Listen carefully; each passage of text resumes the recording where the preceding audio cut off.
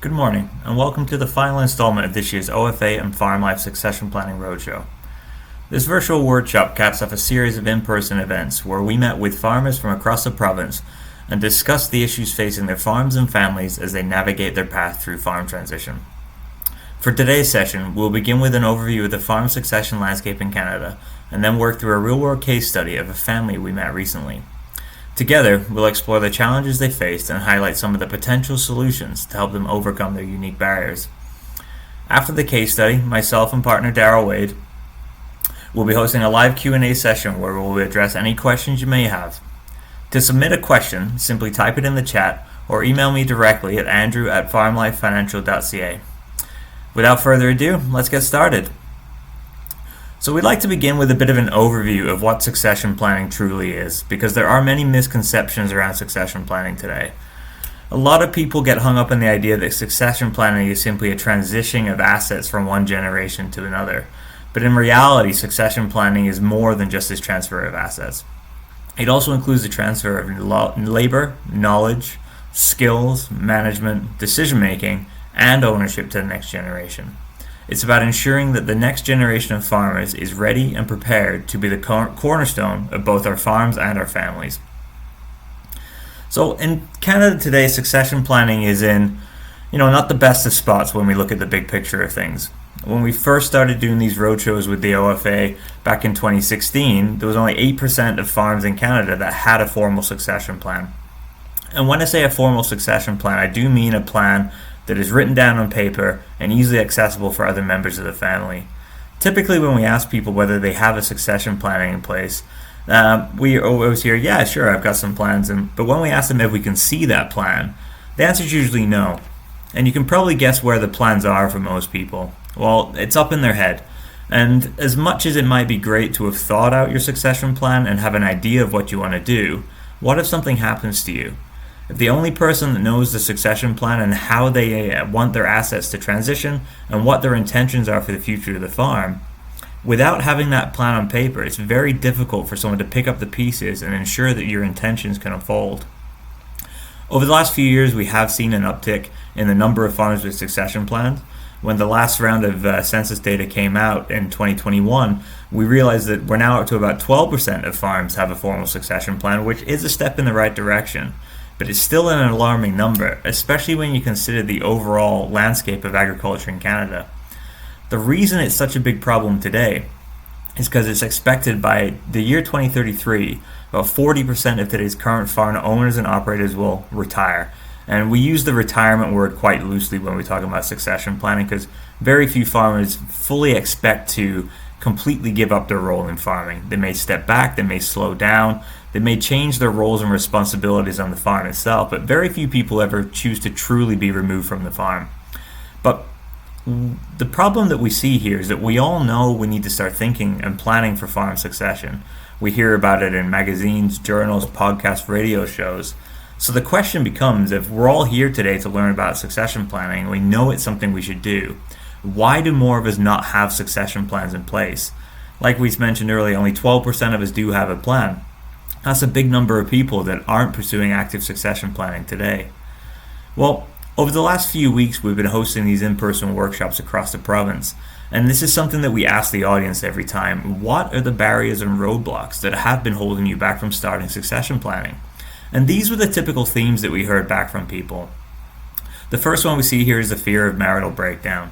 Typically, the generation of farm owners we have today are not so worried about their own marital breakdown, but there's a huge concern about marital breakdown in the next generation. If we transition these assets to our son or daughter, what happens if their spouse leaves them? The last thing we want to do as a part of farm succession is have to rebuy the farm in the future or have to sell half the farm just to keep it. So it's a huge pressing fear for a lot of people in farming today, and a good succession plan should help have some measures in place to mitigate that risk a little bit and put some measures in place that can help protect the long-term viability of the farm. Obviously, another concern a lot of people have is financial concerns. What is succession going to cost the farm? How can I fund my lifestyle? And how can I extract some of the value that I've saved in the farm throughout my farming career? Tax implications becoming a bigger and bigger concern every year. Obviously, with the value of farmland going up so significantly over the last few decades, As a result of that, we also have bigger tax implications to consider. Now, granted, when we do succession planning properly, we should be able to help navigate some of those tax implications and reduce, defer, or even eliminate some of the tax burdens that come with farm succession planning. So having a good plan in place really should help address that. A big one also is how to equalize our non-farming children. As the value of our farms has continued to rise over the last few decades, so is the discrepancy between what we can do in our estate for our non-farming children. We're going to spend quite a bit of time talking about that throughout this presentation, so I'll pause for that for now, and we'll revisit that towards the end of the presentation. Another one that's often overlooked is actually the readiness of the next generation. It's great that we can have plans in place to be able to transition the farm to our kids, and there's usually an appetite for the next generation to complete succession planning and start to move some of that ownership. But what if they're actually not ready yet? When we talk about succession planning and we ask the next generation if they feel like they're ready to take the step into ownership and move the business forward, almost always there's a supreme confidence in their ability to actively farm, to handle the labor and operational side of things. But when we start to ask questions about the next generation's ability to run the business, handle the finances, and even take a leadership role in the family itself, sometimes there's a bit of a disconnect there. And true succession planning will help put your next generation of farm owners in the position to continue on as their parents have done and be able to be the cornerstone of the family unit through the farm. The next one is the loss of control and identity. When farming is the only thing we've ever known, it's very hard to imagine our life without the farm in the picture. One thing I want you to keep in mind as we go through this presentation today is that succession planning doesn't mean you have to be removed from the farm. By bringing someone else as an owner or bringing someone else as a lead in the farming operation, there are ways of doing it together. It doesn't mean it's one or the other. So having this kind of fear of losing control or losing identity of the farm is very much a mental barrier. And as much as it may not be as quantitative of tax implications or financial concerns, it is a very real barrier that people are facing today. And trying to imagine your life without being the lead on the farm is a bit of a daunting task and a scary prospect for a lot of people. And the final one here is, where do we even start? It's something that it's a difficult thing to navigate, and if it was easy, everybody would have this done already.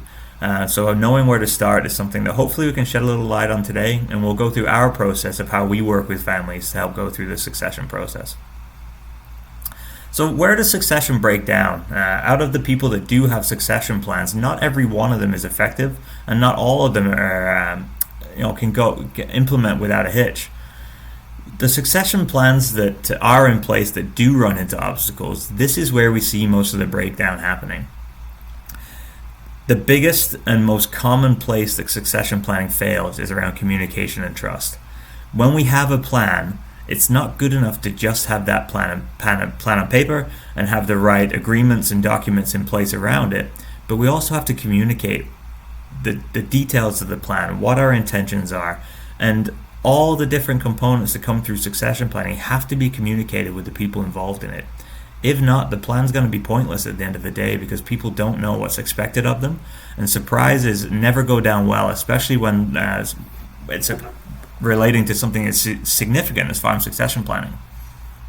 The second one here is something we just touched on slightly earlier with the unprepared heirs. Even if we have a great succession plan, if the next generation isn't ready to step up and fill the shoes of the exiting generation, the succession plan is not going to have a great success rate if the next generation just simply isn't ready to handle the farm and take over as a part of succession. The third one's a lack of aligned vision, and the most common way we see this explained is when we have the entering and exiting generation on completely different wavelengths. And it's a very normal thing considering one generation is likely looking to protect and preserve what they've already built. They've spent their entire life building up the farming assets and building the business into what it is today. They're not looking to take on risk and not looking to be too aggressive with plans moving forward for the farm. However, the next generation, who's kind of been waiting in line for their chance at ownership and control, has probably got some ideas of what they want to do with the farm. And we very much end up in this harvest and growth mindset where we're trying to do them both at the same time. If we don't have good communication around what the needs and wants of each generation are, that vision alignment is going to be very, very difficult to control. and that's where we see a few plans fall wayside when it comes to implementation. And the final one here is the failure of professionals. When I mention failure of professionals, I typically don't mean an accounting error or a legal error or an error in the work done by the professionals, but it's more of a gap between each of the professionals where we see issues arise with succession planning. You may have a great accountant and a great lawyer that are all doing good work in their own silos, but who's making sure that they're actually all pulling the rope in the same direction and having a plan that has no gaps between each of the work they're doing? So it's more so the gap in the planning that we see as the failure of professionals, as opposed to a technical error throughout succession planning. Moving on from that, I know we've talked about communication being such a significant role in succession planning, and the question becomes, why is it the number one area of concern? Well, the reality is most of us don't have great communication on our farms to begin with. It's very rare that we run into a farming situation where people would score their communication as a 10 out of 10. There's always those disputes in the barn, there's disagreements, there's arguments, and that's just natural with some of the stresses that come from an industry such as farming. But if we already don't have communication, and then we start to touch on topics like death, divorce, inheritance, finances, compensation, it gets harder and harder to communicate. So if we're already not communicating well, now all of a sudden we're having conversations that aren't just about business, but they're also about emotions and family and relationships. It makes it even more difficult to have good communication on our farms, and that's why communication and succession planning is such a significant piece that's often overlooked. And hopefully, with having a good plan in place and having someone to help facilitate those discussions, we can come to a potential solution and build a pathway much smoother than when we try and take this on ourselves. When it comes to taking this on ourselves, I already mentioned if it was easy, everybody would have it done. But it's much harder to do this with your own family than it is by having someone neutral that isn't impacted by the outcome of the succession planning to come in and help guide you through the process. So one of the things that we've realized that over a number of years of doing these workshops with the OFA, typically we have a lot of recurring questions as a part of the audience and some of the feedback we get. When we pick the case studies and when we give real world examples of some of the succession planning work we've done, it's very hard to pick a case that caters to everybody. There's always going to be some people that are incorporated, some people that aren't, some people that have large, complex family farms, some people that have much smaller, simpler operations. So what we've done today is we've kind of compiled a few of the big questions that get asked at almost every event that we run, and hopefully we can shed a little bit of light on each one, just in a high-level capacity, so that we can try and cater to some of those questions, even if they're not relevant to today's case study, for example. The first one we want to touch on is whether we should be incorporating or not. When we were live for these in-person workshops, we did a bit of a poll of each of the audience to see how many people were actually incorporated in the room, and it was about 50%. So for every group that we have, half of them were incorporated, half of them weren't. And what we're going to quickly touch on here is some of the advantages and disadvantages of being incorporated when it comes to succession planning. Well, the main reason a lot of people incorporate is around the tax advantages of doing so. When we earn income inside our corporations, we can have tax at a much lower rate than we do if we were to collect that income personally. So that's advantage number one, is having less taxation, less hands touching our money is always a good thing. That leads into the second one here, and that's debt repayment options. If we're not being as taxed as heavily on the revenue we're producing on our farms, we have more cents on every dollar left to pay down debt faster. So if we combine those two advantages together, less tax on our revenue and quicker debt repayment, it can put our farms in a much healthier position moving forward. On top of that, being incorporated gives us different compensation options. We can now look at things like share redemption or dividend payouts. We can also have different structures and flexibility options for when we're approaching succession in terms of how do we have ownership, who has voting control, who holds certain types of shares. So we do have quite a bit of flexibility when we are incorporated and we go to try and figure out what the succession options are for us. The other one there that I mentioned quickly is a layer of liability protection around our farms. Looking at some of the disadvantages of incorporation, well, there's obviously a little bit more of accounting and annual compliance that comes with being incorporated. We do have a separate set of tax returns we must file in order to remain compliant. There's usually some upfront setup costs, The significance of those depends on the complexity of the corporate entity. The big one for me when it comes to incorporation is what if we decide to not be incorporated in the future, or if we have to wind up our corporation. That's where we can see some complexities come into play, and typically some more significant tax implications if we do have a corporation and we choose to unwind it in the future. The other one here is the reliance on governance and agreements. The more structured we make our farms, the more layers of complexity we add to them, the more we really need good governance and agreements to make sure that the stakeholders of that farm or that corporation are able to work together effectively and run the farm well as a unit moving forward. So just a quick high-level overview of incorporation there. Typically, if we do work with someone who is not incorporated and is wondering whether it's a good avenue for them, the two first questions I ask is, first of all, is your farm profitable today? If your farm's profitable today, then it's definitely a good idea to start looking at whether we can incorporate and limit some of the tax implications we'll have from that profitable position. And the second one is, if you do have a bit of debt in your farming operation, then maybe incorporation is something to consider, just to make sure you can try and be as efficient as possible in trying to pay down that debt. The next question we get asked quite often is, should I put my farms in a family trust? Well, to begin with, the question is not as simple as it sounds, because there's a number of different types of trust structures out there. Family trusts, spousal trusts, Henson trust, Bear trust, just to name a few of them. But the one we hear about most often with farming is typically a family trust.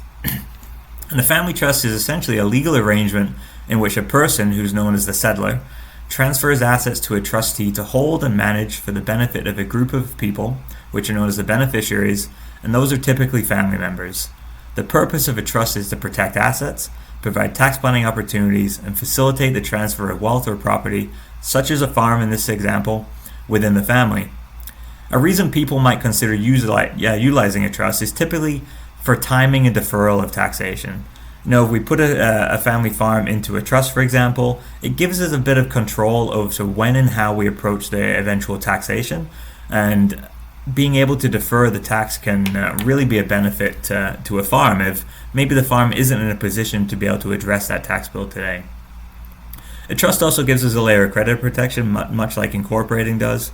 It does provide us options for equalization, because if we have our children, whether farming or non-farming, become a beneficiary of the trust, it does give us a good mechanism to be able to flow assets through to them eventually.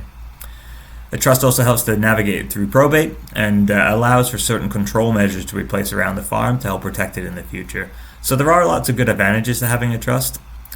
Some of the reasons that people might not be interested in having a trust in their own particular situation, well, the first one is maintenance and compliance.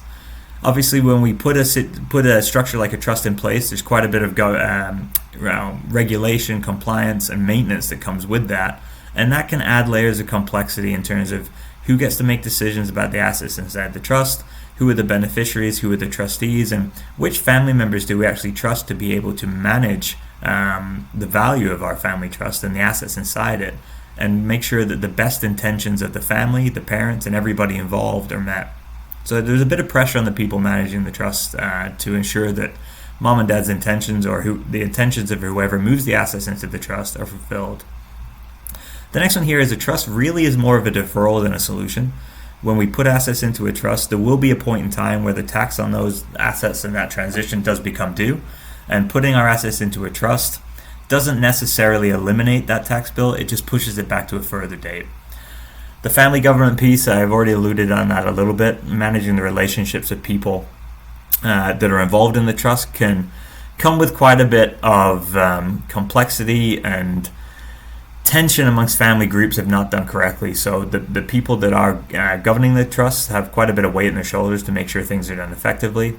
And trusts are pretty rigid in nature. They're designed to be a pretty safe tool for people. So there's a lack of flexibility that really does come when we start to utilize the trust. So very situational as to whether a trust is the right thing for you. It's not as simple as saying yes or no, a trust is a good idea or a bad idea. It's really about getting a good sense of everybody's individual situation. And then from there, we can measure whether a trust is a good idea to consider for your family farm. The next one is regarding equalization. Should it happen now or later? If we move our farming assets to our farming successor today, does that mean we need to equalize our non-farming kids today? Well, The technical answer to that is no. Equalization can happen in different ways for different kids at different times. Just because we do one thing for one of our children today doesn't mean we have to. It doesn't mean we have to stop. It doesn't mean we have to do everything for our kids at all at the same time. So something to consider is for equalization, it's usually the most effective when we provide opportunities to our children in the times that they need it most. And if we can provide opportunity for equalization in ways that will make the biggest impact on the lives of our kids, then it's not always so much about the dollar amount, because we're able to support our children in the ways that make the most sense for them. And just one thing to keep in mind is it's important to understand the goals and objectives of our family members. Not all equalization has to be a cash settlement, which I know is a common misconception in farming today. The next one is, how do you account for sweat equity? Sweat equity refers to the investment into a business, whether it's time, money, effort, or expertise, that hasn't had financial compensation. There is no set formula for calculating sweat equity. It's something that really is a matter of perspective and opinion of each of the people involved in the family, and more often than not, various family members will have a different perception of how much equity and time they've put into the operation over the years.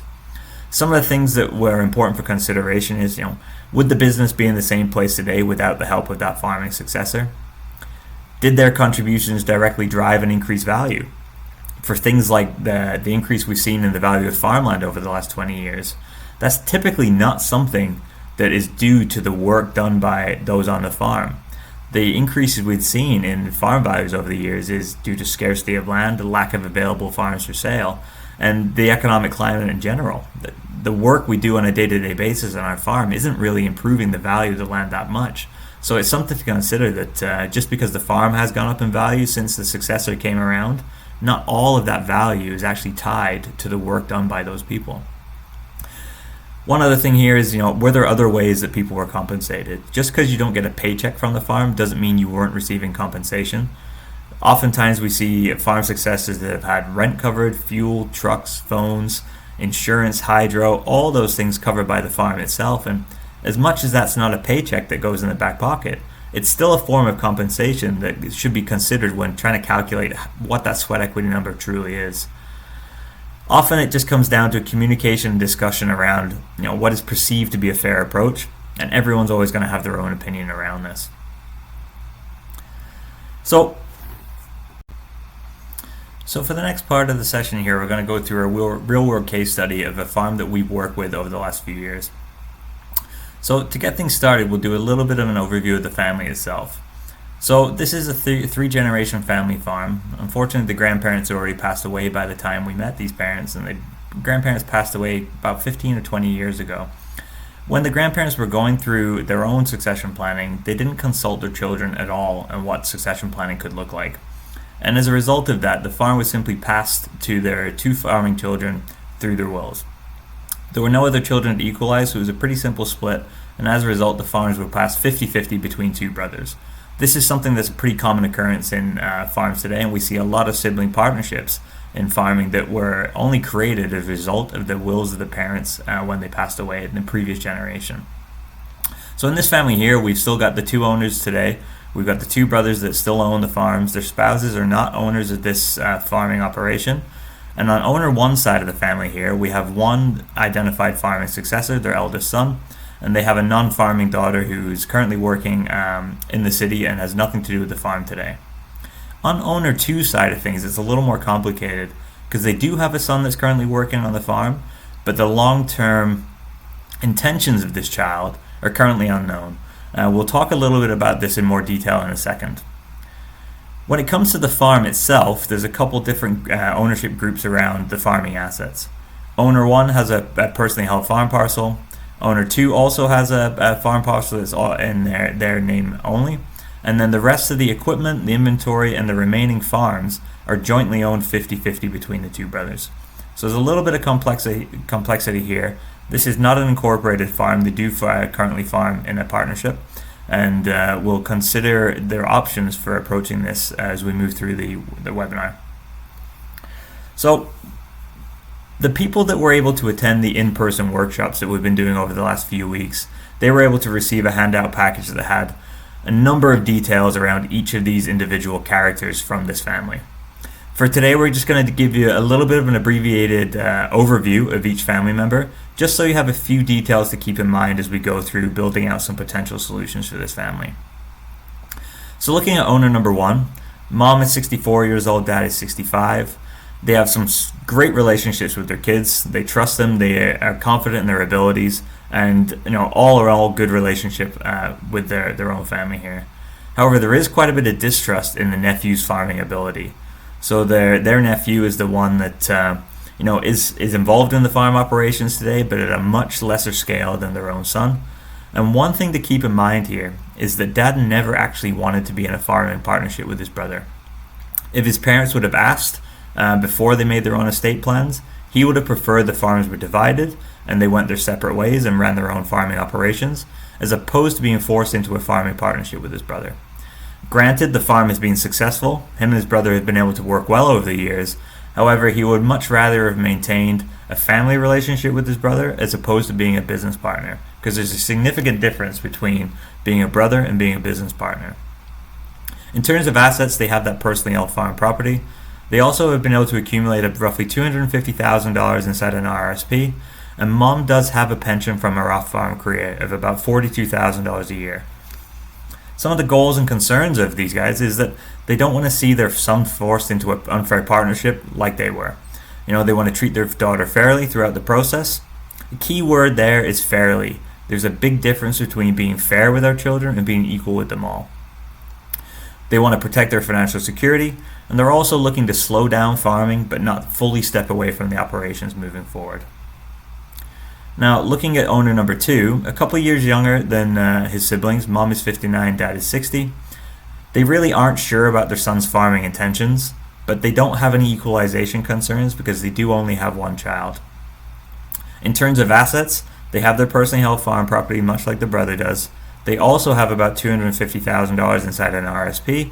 The reason they're so similar is because over the years they've tried to keep things equal between the two.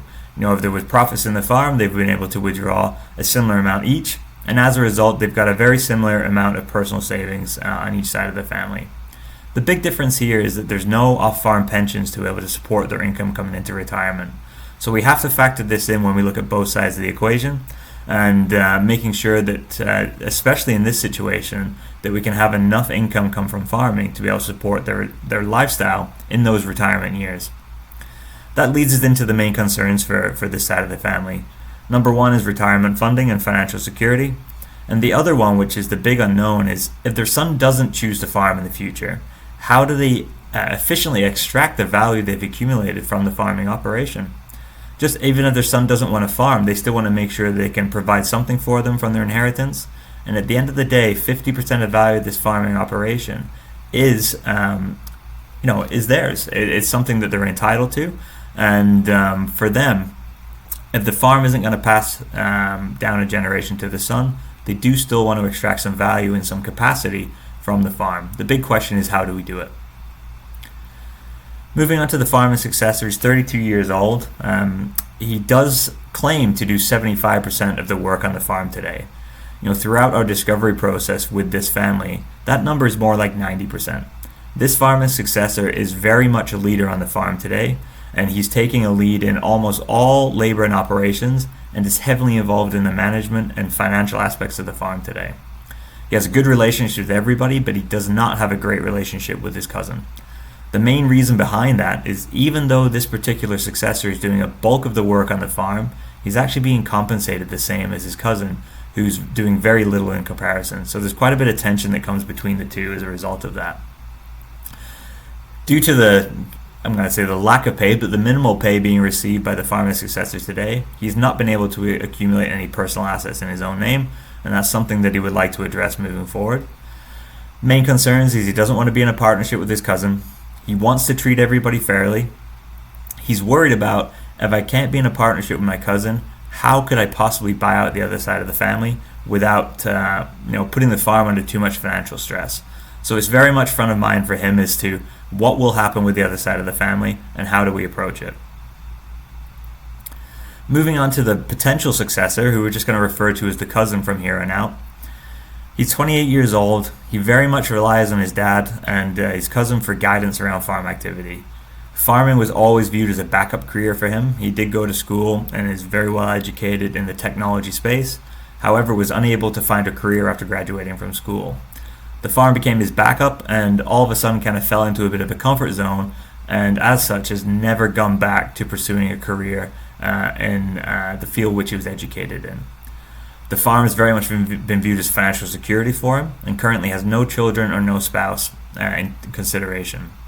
He also has no personal assets of his own, and the big concern for him is that if he does choose to farm and wants to continue on his parents' farming legacy, he knows that he needs collaboration with either his dad, his uncle, or his cousin to be able to farm. He's not looking for a solo venture in farming. Then for the non-farming daughter, she's 30 years old, she has 3 kids, she has a great relationship with her parents and her brother.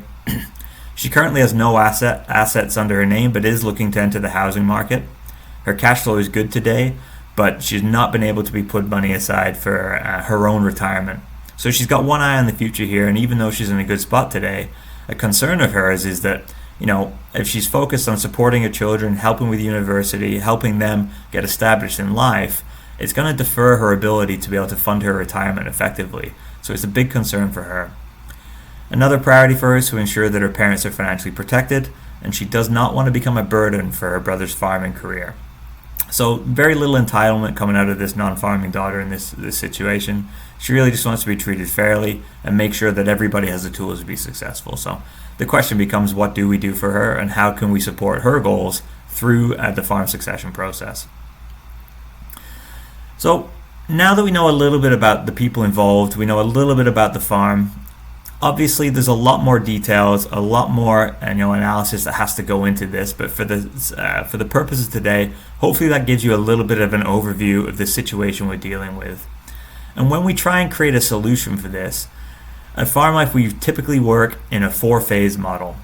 The 4 phases that we follow are family, financial, transition, and estate. And we work through each of those phases in order to get all the information we need to build an effective succession plan. So we're going to go through each of those phases and try and build a solution together today. So phase number 1 is the family phase. And at Farm Life, the approach we take to the discovery phase is that we do individual meetings with everybody involved in the family, and that includes the non-farming children. Some people often wonder why we include the non-farming kids in the succession planning process, but it's very important to consider there's a big difference between having a voice in this process and having a vote in the final outcome. Having the voice in the process allows you to share your perspectives, put an opinion in, talk about some of the goals and concerns you have, and then throughout the process we can try and address those. But it doesn't mean you get a vote in what the final succession plan may be, but it's a great opportunity to have your voice heard. That way when we build a plan, there's going to be less surprises in the future, and if we're able to communicate what is expected of everybody and what the outcome is in relation to them, then we have a much happier environment and a more cohesive unit trying to solve the succession puzzle. One of the big objectives of this discovery phase is first of all figuring out what everybody's individual goals and needs are, but then also aligning those family goals and creating a foundation to move forward. If we get everybody on the same page, it's much easier to navigate the complexities that come up throughout the process, as we already know what the opinions are and how they'll impact everybody along the way. For this particular family, what we were able to do here, there's pages and pages of notes that come out of each of the discovery meetings, but we summarized it for today into some of the key questions that we've got to try and solve for. This discovery phase is really letting us know what we have to fix or what we have to solve or what solutions we have to create as a part of the succession plan. For owner number 1, it's kind of simple. We need to create some financial security. The big question there is, what do we actually need for income? We need clarity on what the other side of the family wants and needs. We need some options. Can this business be divided? Are we able to split it up and take this farm into different ownership groups without jeopardizing the financial valuability of the farm itself? How can we best position our funds for success? And what can we do for our non-farming daughter? These are kind of the key questions that mom and dad need to get solved throughout succession planning. For owner number 2, it's very similar with a couple different changes. Obviously, they still need financial clarity around their income planning moving forward. A big difference here is that there's some family facilitation that's needed throughout the succession planning process. Mom and dad have never been able to actually sit down and have a great conversation with their son about what his intentions are around farming. Does he really want to farm? So for them, because it's such a sensitive subject for them, they don't quite know how to approach it. They were looking for some guidance and for some facilitation and someone to come in and help have that conversation with the son. So it takes some of the complexities and the awkwardness away from them doing it themselves. They also want to know what options are available to them. Can the farm be kept together? Is there a way of having some ownership structures that allow the farm to continue on as one whole unit, but also factoring in, the relationship dynamics between their son and his cousin? And the other one here is value redemption.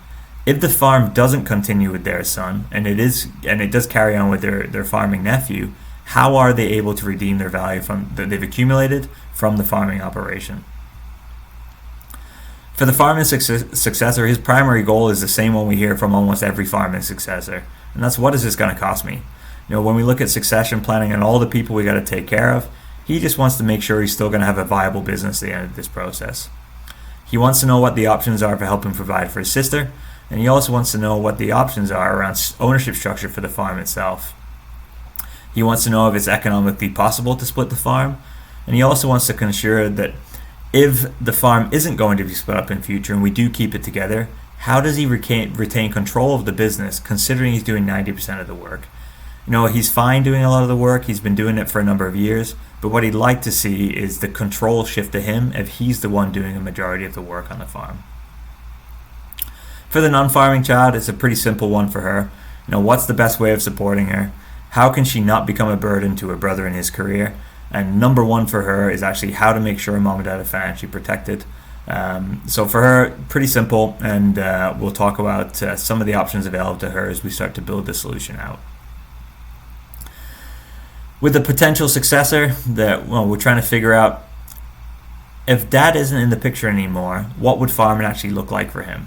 Who would he be able to lean on for support, for guidance, and for the experience needed to continue to farm? Because he doesn't quite have the confidence to do it himself today. The main readiness here is he able to manage and run an operation without dad? Moving on from that is, what ownership structure would make the most sense for him? If he knows he's not doing a majority of the labor and the decision making on the farm, how does he fit into an ownership structure that's fair for everybody involved? So once we take a look at those, we've got to figure out where the family is currently aligned and some of the areas that need to be addressed. If we have 10 different areas of conversation amongst the family and everybody agrees on 6 or 7 of those key points, then we don't need to spend a lot of time on those particular pieces. It's the areas where people have disagreement or misalignment on their vision for the farm that we really have to spend a bulk of our time trying to navigate with that family so that we can get them on the same page and start working towards a potential solution for them. So at the end of that family phase, we figured out what are we trying to solve for. The next question we have to answer is, what's the capacity for helping achieve some of those goals? And this is where we get into the financial phase. The first thing we look at here is income planning. And I've got a couple of discussion points out here that when we were meeting with people with a live audience throughout the workshops, we asked these questions of the audience to kind of get a sense of where they're at with their own financial planning exercises. The first question we asked was, how many of you keep a clean line between personal and farm expenses? And out of an average of about 50 people in the room, usually 2 or 3 people can put their hand up and say, we have a clean divide between our farming expenses and our personal expenses. The rest of the people in the audience really have a lot of muddy waters or blurred lines between what's a farm expense and what's a personal expense. And very few people in the room could accurately tell us what their personal burn rate is in a year. And when we say the term burn rate, what we mean by that is, how much does it actually cost for you to live your personal life without the support of a farm in a year? It's a very important concept to understand, because if we are going to transition away from ownership and move some assets to the next generation, we still need to make sure that we're going to be fully funded for our own lifestyle. And if we don't have a clear understanding of what it's going to cost for us to live today and in the future, then how do we know how we can be compensated? How do we know how much value we need to extract from this operation? Because what we really don't want to do is create a plan based on a certain number today, and all of a sudden 5 or 10 years down the line we realize we don't have enough money, and now we've got to turn around and ask our kids for a loan or an increased compensation package. And that's a very difficult thing to do, especially as parents turning around and asking our kids for more money. It's not something that we should have to do, and it's not a burden that we should have to place on our farming children who may have made business decisions assuming that they'd already taken care of mom and dad. So having clarity around our income goals is something that really does benefit both sides of the equation, not just mom and dad, but it's also good for the farming successor to know what he's on the hook for and know that we built in enough flexibility and enough of a buffer to make sure that he can continue to run his business and plan for tomorrow without having to worry about anyone coming back and needing more money. When it comes to planning our lifestyle and retirement, there's a number of things we've got to start thinking about that we may not have thought about in the past. Some of the key kind of categories that go into that is, where are you going to live? If you've always lived in the home farm, is that somewhere you want to stay long term? If so, that's great. We can build it into the agreements in the farm. If not, we've got to look into what's it going to cost to replace our home. Do we plan on traveling? What do we want our lifestyle to look like? Have we considered healthcare support? Just because we may be healthy today and we feel like we're in a good position, that may not always be the case. And if we have to go into some kind of long-term care facility or have any assisted living at all, then there's a financial commitment that comes with that, and it's a pretty significant one in general. So we've got to make sure we build in some contingencies and a bit of a buffer to help address some of these things as they come up. Obviously, the lifestyle you want to live is going to determine how much income you're going to need, what kind of vehicle you're going to drive. Are you going to continue to have a farm vehicle? Is that something that's part of the deal? And the other one here that you may not be able to see because the recording may cover it, but is how do we want to treat the rest of our family? One piece of that is our non-farming kids, but what about grandchildren and anybody else involved? Do we want to make sure that we set some money aside to help take care of our grandkids in the future, for example? It's just another example of things that have to be factored into succession that many people overlook when they're actually going about this process. When it comes to income and lifestyle planning as we transition out of farming, it's important to keep an eye on what the different options are for generating income. I've got a few different examples on screen here right now of how to fill that lifestyle bucket. The first one is the cash flow one, where that's where we can continue to have a piece of the cash flow and the revenue from the farm. This is something that's very common in supply managed farms. It's like having a piece of the milk check for life. Mom and dad have always had the ability to pay for their expenses as a result of the milk check coming in every month. They'd love to be able to continue to do that throughout their retirement years. For this particular family, it wasn't a dairy operation, so cash flow wasn't as regular throughout the year. So we're really looking for more of a financial management option as opposed to a monthly cash flow here. But some of the other ways we can look at is, if we're incorporated, do we start redeeming some shares? Going through succession doesn't mean you have to stop having an active role in the farm, which means you can still be paid for your labor, your management. You could have payroll, and that doesn't have to stop as a result of succession. Government supports are another big one people overlook. CPP, OAS, pension plans are definitely something to consider. Off-farm income sources. If we don't have quite a big of a responsibility in the farm today, does that give us the opportunity to find income elsewhere, maybe from an off-farm career of some kind? Now we've also got to look into our retirement savings, and we know we have RRSPs in this particular situation, but not everybody has RRSPs. Some people have other retirement savings sources that they could draw from. And the final one is, when we own land personally, we could always rent it back to our farming children as part of the deal. So the first thing we got to do is we got to take a bit of an inventory of what do we already have. In this situation, we can take a look at the RSPs, the government supports, some pensions, and also what kind of salaries and dividends are currently being offered in this farm family. When it comes to RRSPs, I always like to kind of get a bit of a sense of what people already know about the RSPs. One of the first questions they ask is, do you actually know what happens to your RSPs when you pass away? Well, the answer is pretty simple. If you were to pass away with a balance remaining in your RSP account, that balance would be able to roll over to your spouse on a tax-deferred basis. So a pretty efficient mechanism. If something happens to me, my spouse would be able to receive the proceeds of my RSP without incurring significant tax on that transaction. However, if your spouse is then unable to liquidate or spend the remainder of that balance inside the RSP before they pass away, anything that's not been redeemed from those RSPs is going to enter your income into the year that you pass away.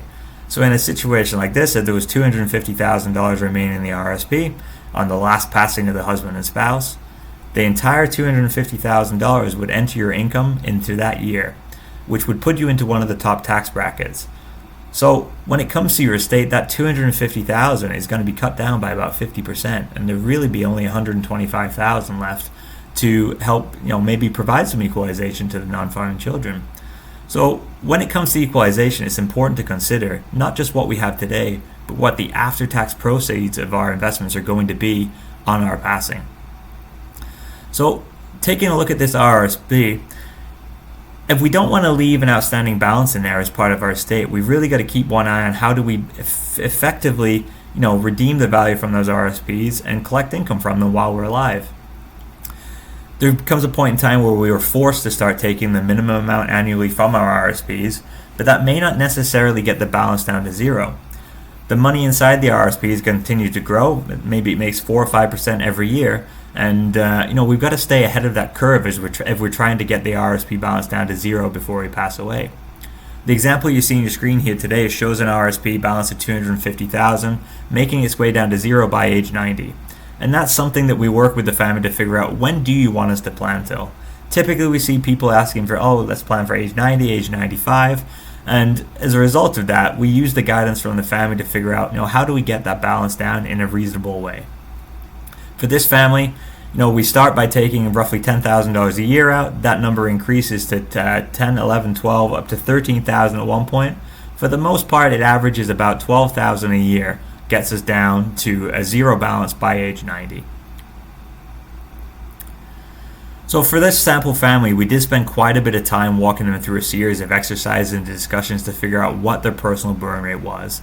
And after some back and forth, some exercises, and really working with them to go through their expenses year by year and figure out what they need, the number was roughly $75,000 of after-tax retirement income.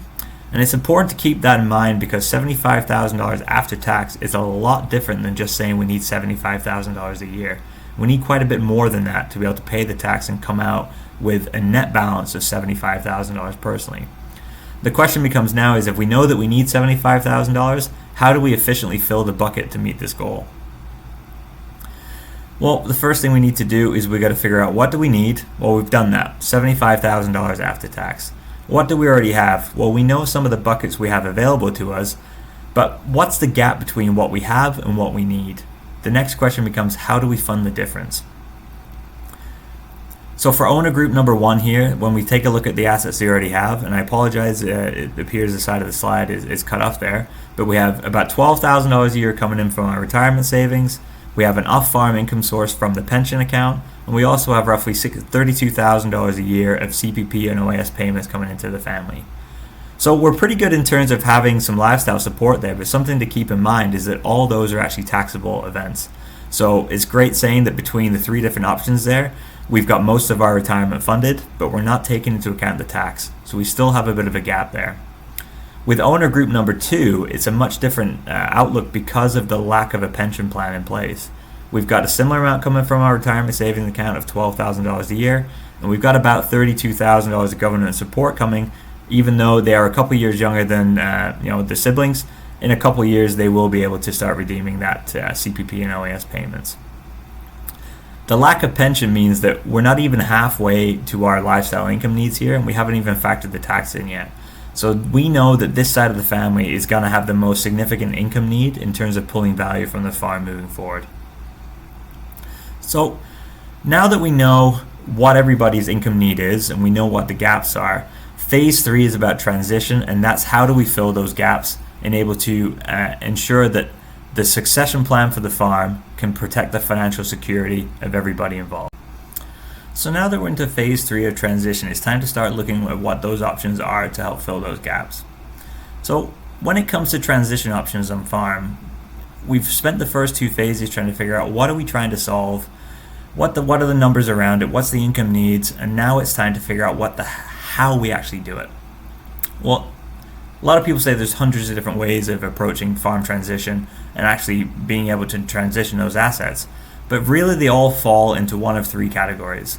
The first option is gifting and rolling over our farming assets. The second one would be realize the gain, which is essentially selling our farming assets to the next generation. And the third one is the hybrid approach, which a majority of farm succession plans end up being here. And that's really finding a sweet spot between giving the farm away and selling it at fair market value. In the farming industry, we have a number of advantages compared to other businesses. And one of those big ones is the ability of being able to pick a value between our cost base and our market value today, and using those numbers as a part of our succession here. But the first thing I want to do is just show you a little bit of either end of the spectrum here. So on the gifting side of the equation, this really involves what would happen if we just simply gave our farming assets to the next generation. Well, the way that Canadian tax rules are situated today, we do have the ability to roll our farming assets straight up and down a family tree. So we can go parents, grandparents to children without having tax implications for doing so. However, we can't do that between brothers, we can't do it between nieces and nephews. Any kind of sideways or diagonal branch on the family tree is not something that we can do in a tax efficient manner. But if we did want to gift our assets to our children specifically, if we were to give it all away to our farming kids, all we're doing is making our equalization needs significantly bigger for our non-farming kids. If we had a farm worth $1 million and we gave it to our farming successors free of charge, then we already know we've got $1 million discrepancy between our farming children and our non-farming children. Giving a farm away also means giving control away, because if we were to truly gift the farms, then we can't receive monetary compensation back for that. As a result, we really have little to no financial security for the exiting generation, because they've given away that financial security with the farm itself. One of the things that's overlooked about gifting our assets, because in theory it's great, we're doing something good for our kids and we're making it very viable for the farming operation to continue, but we really are giving less financial responsibility to the new generation taking over the farm. And if they haven't been financially tied to the success of the farm in the past, this isn't always the best idea to give them free rein and no responsibility or accountability around finances moving forward. We hear quite often when we work with families that, I'm looking to try and clean some debt off before I pass this down to my kids. Well, very few people have ever had a debt-free farming operation. And if you've never had a debt-free operation, you've always been able to service those debts and make sure that year after year the operations and the business of the farm is able to meet its obligations and facilitate that debt, then why are we so focused on trying to make sure our kids have an easier ride? Having a bit of debt and some financial obligation in the business can be a very good thing, and it can teach some very good habits to our kids to make sure that they protect the assets, they're a little more conservative with their plans for the farm, and that they just keep one eye on their financial management as they come into farm ownership. At the end of the day, though, if we were able to give our assets to our farming kids without any monetary exchange, then the farm's going to be in a very financially viable spot moving forward. So gifting it really is great for the farming successor, it's good for the financial viability of the farm, but it's really the exiting generation that suffers from this because they're going to lose their financial security as a result. On the opposite side of that spectrum would be selling the farm at fair market value. Well, first of all, I know that's not a viable approach for 90% of farmers out there. If we were to turn around and ask our kids to buy our farms off us at fair market value, first of all, very few operations could actually afford to do that, especially considering the value of farmland today. There's also very little incentive for the successor to actually want to do it. If we turn around and said to our kids, listen, you can have the farm today, but we want to be paid fair market value, that's a terrifying prospect for our farm successors today, because they're essentially signing themselves up for 40 to 50 years of very little financial flexibility at all. That's considering whether the farm could even afford to make the payments to begin with. So very tough option to consider here. But on the positive side, if we were to sell our farms to our kids at market value, we'd definitely be in a very secure financial situation for mom and dad. We'd have lots of funds available for retirement capital, and we would also have very little estate discrepancy when it comes to equalization. Because if our farm is worth $1 million and we charge our successor $1 million for it, we really don't have an equalization to do, because the farming successor is not actually receiving a gift. They're actually having to buy this at market value, and as such, there is no discrepancy when it comes to the estate. What it also doesn't do is it doesn't account for the sweat equity that may have been accumulated over a number of years working on the farm. So this approach, is financially better for mom and dad, yes, but much tougher situation for the farming successor. And when we talk about fairness, a lot of times fairness gets utilized when talking about the non-farming kids. Well, this situation is actually the opposite, and this one may not be fair to the farming successor in general. So when it comes to finding the sweet spot, it's about finding somewhere between each end of the spectrum and finding the bit that works best for you. How much value may the successor need to purchase the farm for and able to fully fund mom and dad's retirement capital? This is where once we know what mom and dad need to fund their lifestyle, we can use that as a base point of how to have our successors either buy into the operation or how much value we need to hold back in order to protect ourselves. So getting good clarity on the financial pieces is really where we can help figure out where along this spectrum we actually need our succession plan to fit. When it comes to structuring an operation like this and approaching succession, there's a number of different ways that we could look at it for this particular family. The first one we could always look at is the status quo approach. This essentially means not changing anything with the current structure. They continue to farm together in a partnership. It would keep things really simple. And what we're actually doing here is we're forcing the next generation of farm owners to have exactly the same thing that happened to the dad and the uncle in this situation, where we're going to force them into a farming partnership despite the potential for conflict and the work discrepancies going on today.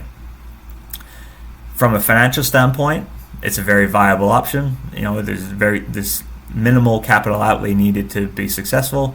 Mom and dad will have financial security through ownership of the partnership interest, and the kids are able to come in. However, we can't just look at what makes sense today for this farming operation. We need to keep one eye on the future. And the uncertainty around the farming cousin as to whether he's actually going to be a long-term member of this farming operation really starts to make this look like not the most viable approach for this family, because if there's going to be a split at some point, it's better to handle that split and address it now before the assets transition, as opposed to trying to unwind this in the future, especially considering that the cousin, the potential farming successor, has no children of his own. So if we move too many assets into his hands, and all of a sudden he's the end of the line for that side of the family, if those assets were to transition back to his cousin, then that's going to be a taxable event, and we've had a significant amount of unnecessary tax that we could have avoided if we would have structured things differently. So as much as simple as status quo may be, and as viable as it may be for the farm today, when looking at the family and the long-term future of this farm, it's not the most viable approach for this situation. Next one we want to consider would actually simply be splitting the business into two different branches. Keeping everything personally owned, but having a divide along the way where assets are divided between each side of the family. We take one large farming operation and we split it into two smaller ones. Why may we consider an approach like this? Well, each side of the family would then be able to look at succession planning from their own unique point of view. It's easier to be equal with values, and it's a very simple structure moving forward. It's also pretty quick to implement and doesn't come with a significant amount of complexity. Some of the drawbacks, however, are the tax implications of doing so. Like we mentioned earlier, with that uncertainty around the potential farming successor and the fact that he also has no children and no spouse at this point in his life, means that we're playing a little bit of a gamble here as to what happens to those farming assets in the future. There's also a reduced borrowing capacity that comes with a situation like this. Right now, we've got one large pool of equity that the farm is able to capitalize on. Let's say it wanted to put up a new barn facility or something like that, where you needed $1 or $2 million of borrowing to be able to do that. When you have a significant equity pool of all this land together, you've got the resource and the ability to leverage those. And if we split those off into two smaller operations, we also reduce our borrowing ability in half, because we have much less equity to be able to handle those kind of debt obligations. So this is getting a little closer to something that's more feasible with this family, but we're still not optimal with this solution. It addresses some of the concerns, but not all of them. The next thing we could look at was, should we incorporate this business? Do we move the farming partnership and some of the assets into a corporation?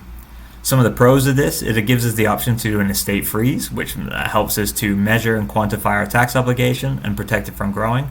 We're going to spend a little bit more time talking about that in a second, so I'm just going to park that for now.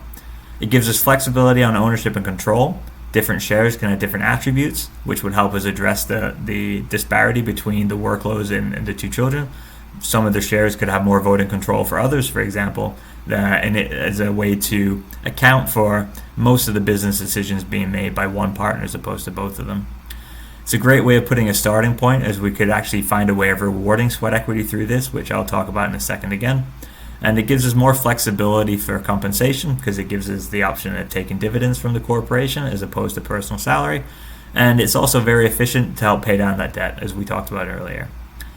The downsides to just simply incorporating the business today is it doesn't immediately answer some of the concerns about succession. It really pushes them a little bit further down the line, and we would be taking on a little bit more accounting compliance. So when we think about whether incorporation actually fits this family, same as the last option we talked about with splitting it, yes, it does start to address a number of concerns, but it doesn't answer all of them. So if we went down the path of incorporating the business for this particular family, we still need to layer in some other agreements and some other methods to help check off some of the questions and concerns that this family have that simply incorporating didn't solve for them. So the next option is really a combination of the ones we just talked about, and it's very often referred to as a butterfly approach. A butterfly approach is much more complicated than what it's going to seem on this slide here, but this is a very high-level overview of what we're talking about. This would involve moving the farming partnership into a corporation like we just talked about, but the next phase of this would actually be to set up two new holding companies where each side of the family could move their farming assets into their own respective entities. This would give them all the perks of incorporation, but what it also would do is it would start to give them control over their own side of the assets, which means they can now start to plan for their own equalization, their own succession, and their own income planning based on the assets inside their individual entities, which means they don't have to be the same, and they can handle those however they choose with their own, with their own plans. It's pretty tax efficient. So once we move our personally held assets into a corporation, for example, we then have the option to move from corporation to corporation on a tax-deferred basis. So it's something that gives us lots of flexibility and also starts to address some of those concerns. So now we're starting to take some of the pieces we've already talked about, add different layers to them, and get closer and closer to a potential solution that could work for this family. So what did this family decide to do? Well, they really did like the butterfly approach, which is where we incorporate the farm and then divide it into two separate holding companies. The family believed that this addressed a lot of the concerns that they had. It allowed them to keep their individually owned farms separate. We didn't actually move them into the corporation. They kept them for themselves. They could move jointly owned properties into the new corporation. Setting up the two new holding companies allowed them to have flexibility over their own personal estates and equalization plans, as well as their own financial security. And what they were also able to do is keep farming some pieces of this business together.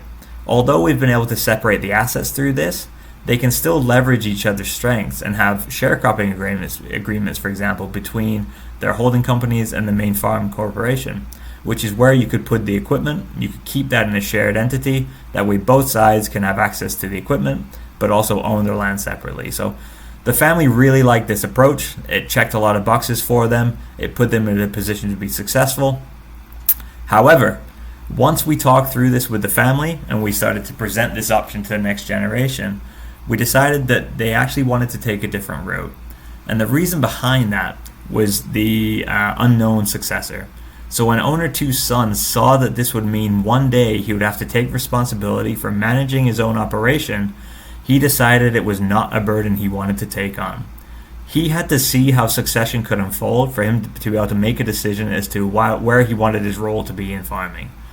As much as he enjoyed the lifestyle, he didn't believe he was capable of running the farming business himself, and as such, the family opted out of this approach. This is where the importance of having good communication about your plan comes into effect, because if we didn't include everybody in this conversation, everybody else wanted to pursue the butterfly approach, and it made a lot of sense for them and their own unique situations. However, it didn't address things for the potential farming successor, and if we would have gone down this path, it would have been very, very difficult to unwind it in the future and extract some of the value that they would have missed out on that opportunity short term. So This was a very good thing to come from this experience, was that by having that open communication, it made us realize that sometimes the most efficient approach isn't the most suitable approach for a particular family. So what did they end up doing? Well, they went down the incorporation route. They added a couple different pieces to it that we're going to talk about here, but the main concept here was that we were going to move the farming partnership into a corporation, and then we're going to start redeeming the uncle's values to help fund his lifestyle over time. So step number 1 for this, we wanted to incorporate the business. Step number 2, we did a corporate freeze, which we're going to discuss again in a second. We created 2 classes of shares called common and preferred shares. We allocated all the common shares to the farming successor, and we also put a redemption plan in place to buy out the uncle's shares over time. Then we also were able to build agreements to help manage and implement the plan successfully. So going back to the concept of the estate freeze, for those that aren't aware of what a freeze entails, it's really like taking a snapshot of the business today and freezing the value of those assets and liabilities. So just for an example, if we had a business worth $1 million on January 1st, 2025, and we decided to freeze that value, what we would do is we would then allocate preferred shares to hold that value. So the $1 million that we've accumulated over time would become the value of the preferred shares in this situation. Those preferred shares can stay with mom and dad. They can hold that value. What we can also do then is we can give the common shares to the farming successor. And the common shares are going to start with a 0 value, but as value continues to go up after the date of the freeze, the growth in the farm is tied to the common shareholder. So for example, going back to that last example we just talked about, if we had a farm worth $1 million on January 1st, 2025, and we froze that value, and then by January 1st, 2026, the farm is now miraculously worth $2 million. Well, the original $1 million that was frozen still lies with mom and dad, but all the growth that the farm has accumulated since then can go to the common shareholder, which in this situation would be the farming successor. Now, what is this able to do? Well, mom and dad's financial security is protected because they still have all the value that they've accumulated over time. The tax bill is also frozen as well. Because the value isn't growing in mom and dad's hands, their tax liability stops growing as well. So now we're able to measure what that tax liability is and figure out what the best approach to funding the eventual tax bill is going to be. The tax on that transition is not triggered until mom and dad start to redeem their value from those preferred shares. So as we'll talk about in a second, mom and dad have a number of options as to what they do with those preferred shares, including simply holding on to them for the rest of their life. If they were to do that, they wouldn't actually be triggering any tax along the way because they haven't cashed in or collected any value from those redeemed shares. So going back into what options they have available to them, we just talked about option number 1, which is holding on to those preferred shares as a form of financial security. As long as mom and dad own those preferred shares, they have control as to what happens to them, and as such, if they do need to extract some value in the future, they still have those preferred shares to call upon to do so. They have the option to sell or redeem their shares to the farming successor.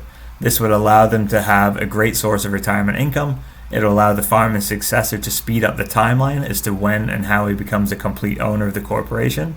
But a lot of that is cash flow dependent, because it's great saying that we have the ability to buy our shares off mom and dad, but we've also got a cash on hand to be able to do that. Parents can also gift the shares to the children, so we could freeze our preferred shares, and at any point in time after that, they are able to gift those shares to their farming successor if they choose to. In this particular scenario, the uncle, who we know still has a significant income need we have to fill, he elected to sell approximately $50,000 of his shares per year to his nephew to help fund his lifestyle. One of the great things about this is that if you do it properly and you have the right plan in place, you could also utilize your capital gains exemption on those share redemptions. So when we talk about having that goal earlier of $75,000 a year of after-tax income, in a situation like this, taking $50,000 a year from the farm and not paying tax on it gets this family to the point where they're actually fully funded for their lifestyle in retirement. On top of the other income sources they already have, they now have $50,000 of income that doesn't need to be taxed if done correctly. So now we know that income planning is not something that we really have to worry about too much anymore, because we've been able to address it with this incorporate the corporate redemption plan that we've got in place here. So where are we at in terms of checking off some of the goals we had earlier? Well, we have financial security because both sides of the family have frozen shares that help protect their capital they've accumulated over the years. The new generation has skin in the game. The common shares are going to continue to grow over time, and it's also incentivizing him to continue to push the business forward. For the farming successor here, compensation has always been something that's been a bit of a sore spot for him. Now, the compensation, same again, may not go in his back pocket, but at least is accumulating equity and control in the operation as a result of the hard work he's putting in.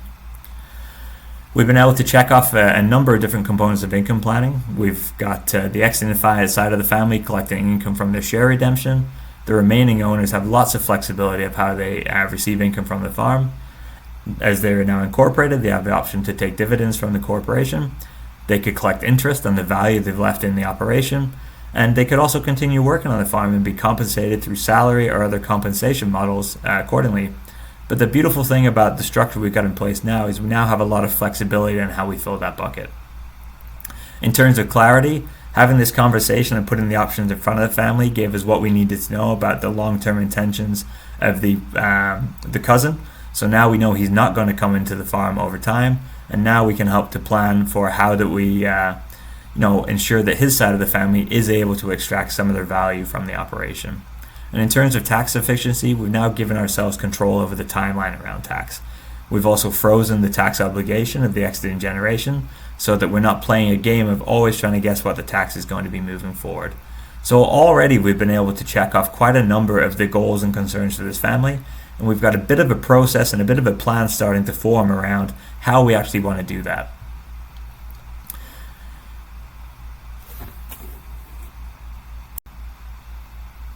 Now that we've kind of started to map out some of the options for actually transitioning the business to the next generation, it's time to start looking at some of the estate components we've got to consider.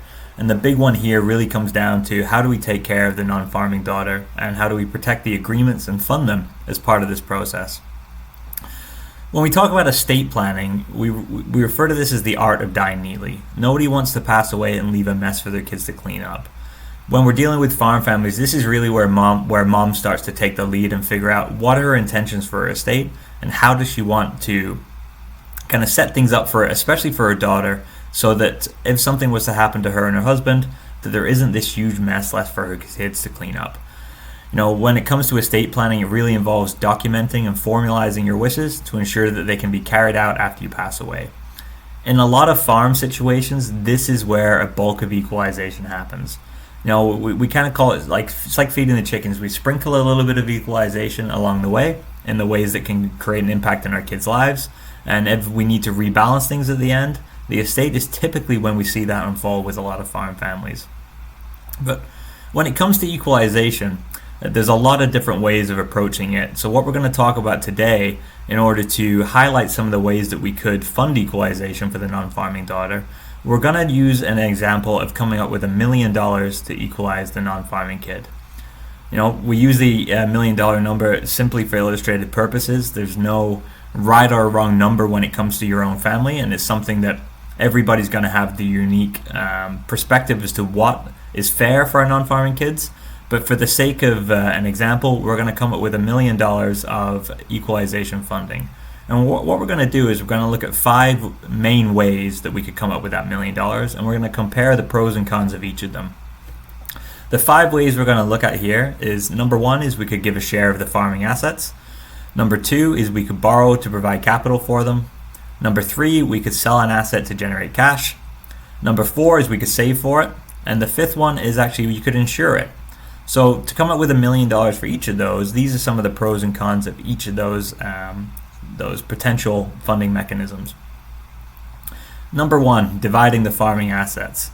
This essentially is very similar to what happened to this family in the previous generation. Mom and dad passed away, and they left the farming assets to each of their kids. Now, just because our family members aren't actively part of the farm doesn't mean they can't be an owner of the operation, and doesn't mean they can't own farming assets. Some of the pros of this: it's very simple to do. It's very easy to be equal between siblings, and it's quite cost effective for the exiting generation because they don't need any cash flow to be able to take this approach to their farm succession and their equalization. And you can put agreements in place about what happens to the land, and how it can still be used for farming in the future. For example, if we were to split the farming assets and leave 1 or 2 farms to the non-farming successor, for example, what you could do is you could have agreements in place around, is it mandatory that they sharecrop those farms? Does you have to rent them back to her brother? Lots of different ways you can build agreements around how to do it. The main issue that we have with this is, although it can be very financially feasible, it can lead to a lot of family conflict down the line. The main reason behind that is you're forcing siblings to be business partners. And if they wanted to be business partners, they probably would have chose to do so voluntarily. When we think about this, a lot of the places that we see these potential conflicts coming up is really around the use of the land and the potential for what if there's a liquidation event in the future. So if someone was to inherit farmland, for example, it really doesn't benefit them too much financially today unless they either leverage the farm to borrow against, or they have a good rental agreement that can result in significant cash flow. If you were to do that, it really takes a little bit of incentive away from the overall objective of the plan is in terms of providing equalization, because it doesn't provide that much of a benefit to our non-farming successors in the short term. Long term, it's a great asset for them to use, but short term, it really doesn't impact them from a cash flow perspective to make a huge impact in their life today. What it also does is it decreases the equity and borrowing power of the overall farm operation. If we divide our assets up, like we talked about earlier, we have a smaller equity pool to borrow against. So it does kind of handcuff the farming successor a little bit by not having full control of their assets moving forward. There are tax implications to doing this, especially if we ever tried to amalgamate the farms back to the farming successor in the future. It's tough to get management between it. If people have different ideas of how we use the land, timelines, and if someone does ever want to sell the land, what if it's not the right year for the farming successor to buy the land off their sister, for example? It just opens the door to a number of conflicts that there are other ways of avoiding. The other thing here is it doesn't account for the sweat equity factor that we talked about earlier. If we were to split the assets equally between the farming and non-farming kids, it's now actually unfair on the farming successor. We flipped the tables a little bit. And the other thing is, as much as you can build a lot of agreements around how we're going to do this, what are the agreements going to be between the siblings, and how can we actually, handle this moving forward, it can start to feel like you're managing from the grave, and it shows a little bit of distrust in their kids if we put too many agreements in place to stop them actually being able to make their own decisions. So pros and cons to this one.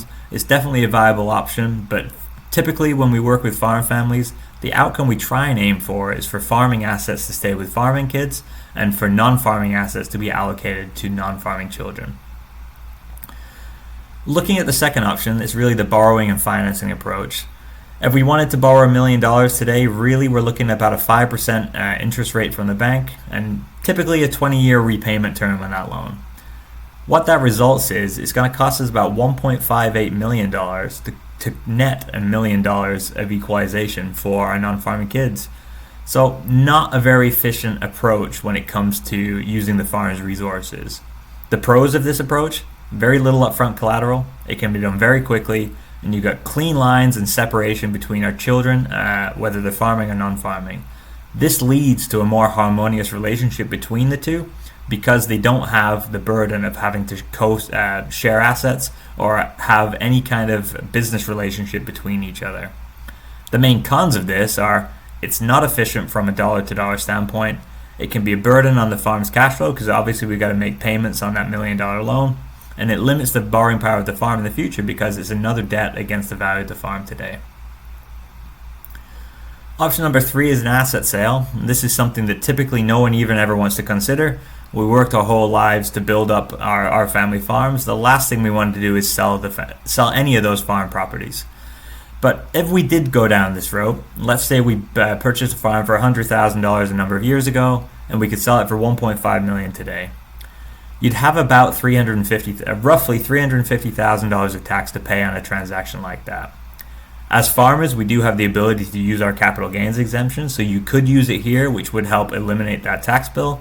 But for those that don't have their capital gains exemption in tax, it then becomes not the most efficient use of our resources for a number of reasons. Mainly, it loses our land base. It's not the most tax efficient scenario. It's not fair to the farming kids because we're now actually taking away from their farming their farming business, because as much as this generates cash on the sale, when you think about it from a long-term perspective, the farming child also loses the potential revenue that would come from owning that farm. So it's a bit of a double hit in terms of the tax and the lost revenue that comes from it. The main pro to this is the speed that you could do it at. Most of the people on the call today, you know that if you wanted to sell one of your farm properties, as long as you weren't being too greedy on the asking price, you could sell it pretty quick.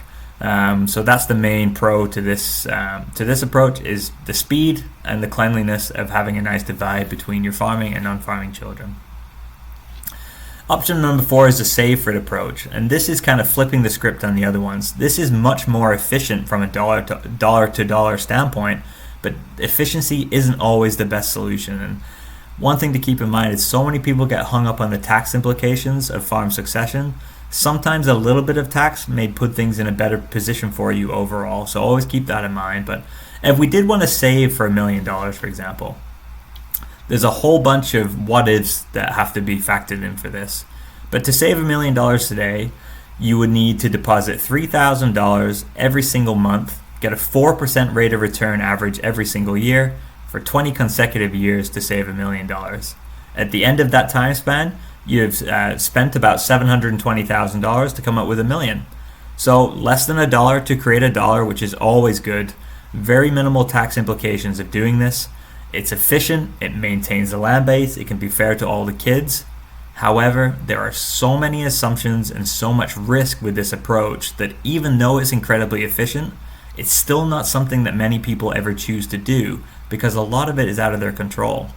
What if we don't get a 4% rate of return on our investment every year? What if we don't have $3,000 every single month to be able to fund this? And the biggest one of all, what if we don't live for 20 years? If we have a plan that takes 20 years to be executed and you don't make it to the end, you leave your family in a tough situation at the end because you weren't able to actually fulfill your intentions, even though the intentions were great. So this is something that really doesn't fit for a lot of farm families unless they start significantly earlier in their careers. If you're trying to start this approach in 60s and 70 years old, it's a very, very difficult thing to do. If someone is much younger, coming into farm ownership in the 30s and 40s, then maybe this is a much more viable approach. So it really depends on what stage of life you're at as to whether it's something that, is an avenue you want to pursue for equalization or not. The fifth one is the one that nobody ever wants to talk about, and that's an insurance solution for equalization. This is the situation that I'm going to present here isn't your typical term insurance policy, which is used more for risk management, but this is more of an investment approach to insurance. The example that I've got in front of you here is an example of a joint last to die 20-pay permanent insurance policy. What I mean by joint last to die means that this is an insurance policy placed on the life of two people. So an example would be on mom and dad.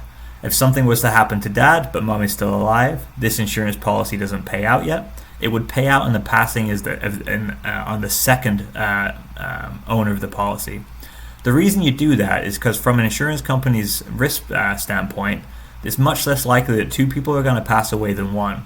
So typically what happens if you have two 65-year-olds that are insured together, their age in the eyes of the insurance company will actually be quite a bit lower than the age 65. As a result, the premium comes down because there's less risk for the insurance company. A 20-pay policy means that this is a policy that you fund for 20 years.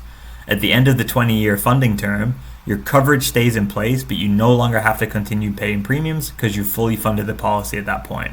So it really puts a timeline on your equalization funding and gives you long-term coverage that can provide the equalization funds for the non-farming kids on the second passing of mom and dad.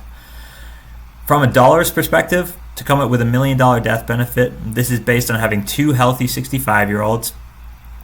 This kind of insurance would cost $20,000 a year, and that's a real number. This is a quote that was taken from a family with two healthy 65-year-old owners, and their $1 million death benefit policy was a $20,000 a year insurance premium.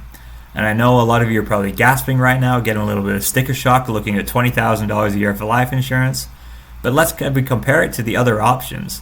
$20,000 a year is $1,650 a month. That's nearly half what you would have to save if you took the saving approach, and it's much less than what the repayment terms would be on a $1 million loan. The big difference here between saving and insuring is that if you passed away in year one of the insurance policy, you would still get the full $1 million death benefit. So it takes the risk of the savings strategy out of the equation, but still gives you all the same upside. On top of that, it's the most efficient dollar for dollar mechanism here. So in this situation, you'd have about $400,000 of premium payments over a 20-year span to guarantee at least $1 million payout. This type of insurance would actually grow over time as well. So the $1 million death benefit will very much be the starting point of your equalization number, and it will go up from there. If you pass away too soon, like we mentioned, it would still be fully paid out. It can be owned by the corporately, so we can use corporate dollars to help fund this. The big advantage as well is there's a tax-free payout. So your beneficiaries receive the proceeds of the insurance tax-free, and also the investment component of the insurance can grow tax-free throughout your lifetime too. So it's a great shelter. It's a great way of building long-term wealth. And the downside, though, is it's not available for everybody. You have to meet the medical requirements to get insurance like this, and you also have to pass the financial underwriting to prove you can fund it. After some education with a lot of farm families, there's a number of people that wish they could do an approach like this, purely in sense of the rate of return on the dollars they're investing, the guarantee of it, and overall cleanliness of keeping a nice clean line between the farming assets and the non-farming assets, such as insurance, to help equalize our non-farming siblings. But not everybody can get it. There's also a bit of a taboo around the word insurance, where most people have insurance in their life that never pays out, whether it's home insurance, fire insurance, insurance on your sled. That's a very different type of insurance as to what we're talking about here today. And this type of insurance really should be a good consideration for a lot of people when it comes to succession planning. What I would like to say, though, is there are a lot of people out there that think that an insurance policy is a succession plan. That's not true at all. An insurance policy can be a great piece of a succession plan to help fill a gap, but it is not a succession plan as a standalone event. So simply having an insurance plan does not meet all your succession needs, but it's a great tool to able to implement and deliver a successful succession plan. The main thing I want you to take out of these equalization funding options we just talked about is you don't have to pick one solution. You can pick a combination of any of the things we just talked about at any different time in life to find a solution that fits the unique goals of your family. You can have a little bit of each of them in whatever way, shape, or form you need to do to fit the specific needs and goals of your children. So, when we look at insurance, for example, if $1 million of insurance coverage is too much, we want to leave $500,000. That's great. Maybe we can leave some other personal assets. We can use insurance to top up the rest.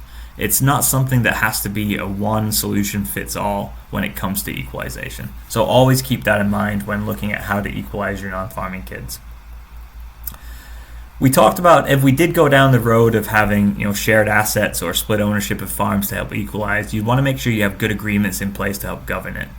This visual on the screen here really does give you a bit of an overview of all the components that need to go into a good agreement. It's got to have a purpose. We've got to clearly identify the roles and responsibilities of everyone involved. We've got to factor in what the costs are of maintaining the agreement, what the compensation is, who's the owner, what the potential for revisions are, what an exit from the agreement may look like, and how do we actually document it. If we can address all of those individual components of a good agreement, we should be in a strong place to have an agreement that is actually going to be able to do what we want it to do moving forward. And I have a quick question here on the screen there. How many wills should you have? Well, in this situation, now that we've added a corporation into the mix, this family really should have two sets of wills. One will to govern the personal assets and a second will to cover the corporate assets. If you don't have a separate will that specifically covers your corporate assets, those corporate assets will go through probate as part of your estate. You have to have a separate will that reflects the intentions of your corporate assets. So very important thing to consider, especially considering if we have our farmland owned inside a corporation, there'll be quite a significant value attached to it. And probate is quite simply 1.5% of the value of the estates that has to go through the probate process. So just think about it. Just by having a second will in place, you'll automatically save 1.5% on your corporate assets when they go through your estate. So always keep that in mind, that if you do have a corporation, you really should have a second will in place to govern those corporate assets. So what did this family decide to do when it came to equalization and agreements to help govern? Well, They actually used two different insurance policies to help address a couple different pieces of their plan. The first policy was actually on the life of owner number one, and that was to help equalize his non-farming daughter when he passes away. So he put a policy on just on his own life. He did not want to insure mom in this situation, but he put an insurance policy on his life so that when he passed away, his daughter would receive the payout for the insurance policy. The main reason behind this is the fact that her most important goal is to provide herself some kind of retirement funding in the future. That means she's not looking for much equalization today. She needs the equalization more further down the line when she's approaching retirement. This means that mom and dad don't have a ton of pressure on actually coming up with a large chunk of money today. It's something they can spend the upcoming years prepping towards. So in this situation, they put a policy in place. They're going to keep funding that policy until the end, at which time the daughter will receive proceeds from that insurance policy when she needs it the most. The second policy that they put in place was on the life of the owner number two, and this policy was actually purchased by the farming successor. The reason he did this is because he wanted the proceeds of the insurance policy to pay out when his uncle passed away, and then he will use the proceeds of the insurance to buy the remainder of his shares off him. Like we mentioned earlier, he's going to redeem $50,000 a year of those preferred shares. It will take a long time to fully redeem the uncle's value at $50,000 a year. Therefore, the insurance policy will cover any bulk remaining at the end of it. Let's say the uncle passes away and the son still has $2 million worth of shares that he hasn't redeemed off his uncle yet. Well, now the farming successor is going to have an inflow of cash from the insurance policy, and he can turn around and buy those assets off his uncle's estate. This means that his uncle is now finished extracting his value from the farm, and his son, who chose not to be part of the farm, will be able to share in the proceeds of that insurance through his estate. So a great win on both sides here. We got some protection in place, and we also got some efficient equalization for the non-farming daughter. In terms of the promissory note, we used a promissory note to govern the redemption schedule around the uncle's share redemption. That way they had it documented and they had terms and conditions around it. And for this one, like we mentioned, it was $50,000 a year, and there was 0% interest on any of the remaining balance because the uncle, he believed he had enough value saved already. He didn't want to tie any interest to the shares that hadn't been redeemed yet. We put a first right of refusal on all the farm properties, which means if in the future any of the owners were choosing to sell a farm property, the other side of the family will have the first right to make an offer on that farm or be the first one to get a chance to buy that farm property off the family in the future. Just helping keep the legacy of the farms in the family and providing an option for flexibility in the future.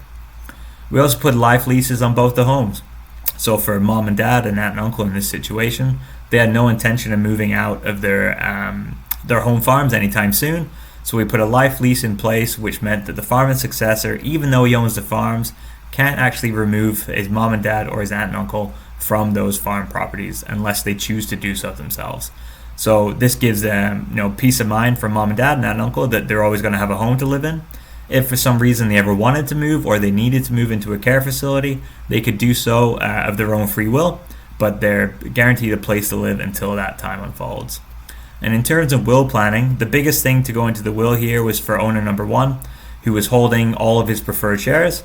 He chose to gift those shares to his son on his passing. So all the value that he accumulated over the years, he would then gift the remaining balance of his preferred shares to his farming son, completely free of tax through his estate, therefore moving all of the ownership to his son. He's equalized his non-farming daughter through the insurance proceeds, and we're left in a pretty clean and tidy spot overall for this family. So looking at how farm life works with families to make that unfold, like we mentioned, we follow a pretty simple 4-step process when working with families. But one of the big things we do is help fill that gap between the professional teams and facilitate the process. So we like to work either with your existing accountant, lawyer, or tax planner, or we do have our own in-house tax team that we can bring in to work with your family, but we really want to work with the people that you already trust. So if you have a good team, a good accountant you trust, a good lawyer, we can help have the conversations with the family, build the plan, get into really the thick of it with the family themselves. Then we can prepare instructions and provide direction to your existing professional teams so that they are all pulling the rope in the same direction. The accountant can handle the accounting piece, the lawyer can handle the legal documentation, and we can provide the direction and the instructions to each of them to make sure there's no gaps in the planning that they're doing. We also do a lot of plan maintenance and implementation, and what I forgot to mention in the previous slide there is, one of the key differentiators between trying to do succession planning yourself and having a third-party facilitator come in to help is that we are a neutral voice. We don't have a horse in a race, for lack of a better term, around what happens with your family farm. So we can take an unbiased view about the obstacles and the barriers that you're facing in your family farm. It just helps us come in and really look at things from a level-headed, neutral perspective, with no emotion attached to it, like as you would typically have in your own family environment. So we would come in, we'd work with the family, we'd facilitate all the conversations, have the tough conversations for the family members so that we don't have to strain family relationships any further than they already may have been. And then we work with that family to develop the plan that works for them. After we've completed a succession plan and we've got everything to the accountant and the lawyer, and we've signed everything, got it documented, a lot of people choose to keep us around on their team to help them with their business moving forward. Maybe it's next generation coaching and development to teach them financial literacy to the next generation. Make sure they can understand the financial statements and understand the concepts of the business moving forward. We can help coach them and make sure they're ready to take that ownership leap in the future. We help with a lot of the business planning to make sure that if there are any significant events in the future, such as new infrastructure or equipment purchases, quota purchases, whatever it may be, we can help make sure that the financial impacts of those purchases don't impact the succession plan. Therefore, you've always really got someone in your corner to help make sure that your plan is going to be implemented and your intentions for your succession plan unfold as you wish that they would in the future. So really we like to stay involved with the families we work with. We have a large team at Farm Life. We've got advisors across the province, and we have an internal team with specialists in areas such as wealth management, insurance, and succession planning and taxation in general, so that if you do have any questions about anything in the future for your own succession plan, our team should be more than happy to help, and we're always available to help guide people through this process. One more thing to keep in mind for today before we wrap things up, Farm Life is a benefit partner for the OFA. We have been for a number of years now. As a result of that, we do spend quite a bit of time providing these kind of education sessions to farmers across the province, whether in person or virtual, because we like to spread the word about farm succession and make sure that people at the very least are thinking about it, talking about it, and trying to figure out how to get started on their own farms. To try and help with that, as part of our partnership with the OFA, we do offer complimentary farm consultations to any participants of our workshop and any OFA members in general. So if you do have any questions specific to your own farming operation and you want to book an hour or two of our time to either meet at the farm or discuss things virtually, we'd be more than happy to have a chat with you. Our contact information is on the screen there, so reach out to one of us and we'd be happy to help. We also do provide a discount on planning fees for OFA members, so that's something to keep in mind if you are looking to move forward with succession planning and if you're thinking about using Farm Life to do so. So that wraps up the information section of our workshop today. Hopefully you were able to learn a few things today and at the very least take some more questions back to your own farming operation. Daryl is going to join me now for a live Q&A session. We have had some chats, questions come in through the chat and through email. So now we're going to start to address some of those, and feel free to continue to send questions in through the chat, as the chat will remain open throughout the question and answer period. Thank you very much for joining today, and look forward to answering some of your questions. Bye-bye.